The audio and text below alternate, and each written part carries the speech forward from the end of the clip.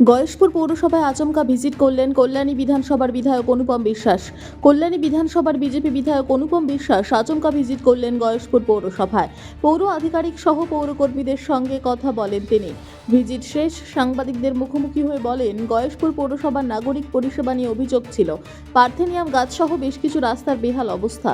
আগামী দিনে নাগরিকরা যেন কোনো পরিষেবা থেকে বঞ্চিত না হয়, নাগরিকদের কাছে আমি দায়বদ্ধ। এখানে শাসকর আইন চলবে না, আইনের শাসন চলবে।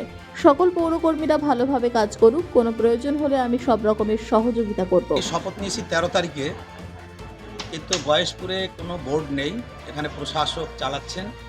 কিন্তু গয়েশপুরবাসী আমার কাছে অনেক অবজেকশন নিয়ে গেছে যে সাধারণ পরিষেবা থেকে তারা ব্যাহত হচ্ছে, কিছু কাগজপত্রে তাদের সার্টিফিকেট বা সাইন এগুলো করাতে পারছে না। সেজন্য আমি অপেক্ষা করছিলাম যে ইও সাহেব যিনি আছেন অথবা এখানের প্রশাসক যিনি আছে যোগাযোগ করতে পারে কিনা। কিন্তু সাধারণ জনগণ যেহেতু আমাকে ভোট দিয়ে নির্বাচিত করেছেন, আমারও নিজের একটা দায়িত্ব আছে, তাই আমি পৌরসভায় আসলাম। বিধায়ক অনুপম বিশ্বাস পৌরসভা ছেড়ে যাবার পথে গয়েশপুর পৌর স্বাস্থ্যকর্মীরা এগিয়ে আসে এবং পৌরসভার ফুলগাছ থেকে ফুল তুলে বিধায়ককে শুভেচ্ছা জানায়। স্বাস্থ্যকর্মীদের এরকম ভালোবাসা থেকে আপ্লুত বিধায়ক অনুপম বিশ্বাস। ব্যুরো রিপোর্ট, আরোহী নিউজ বাংলা।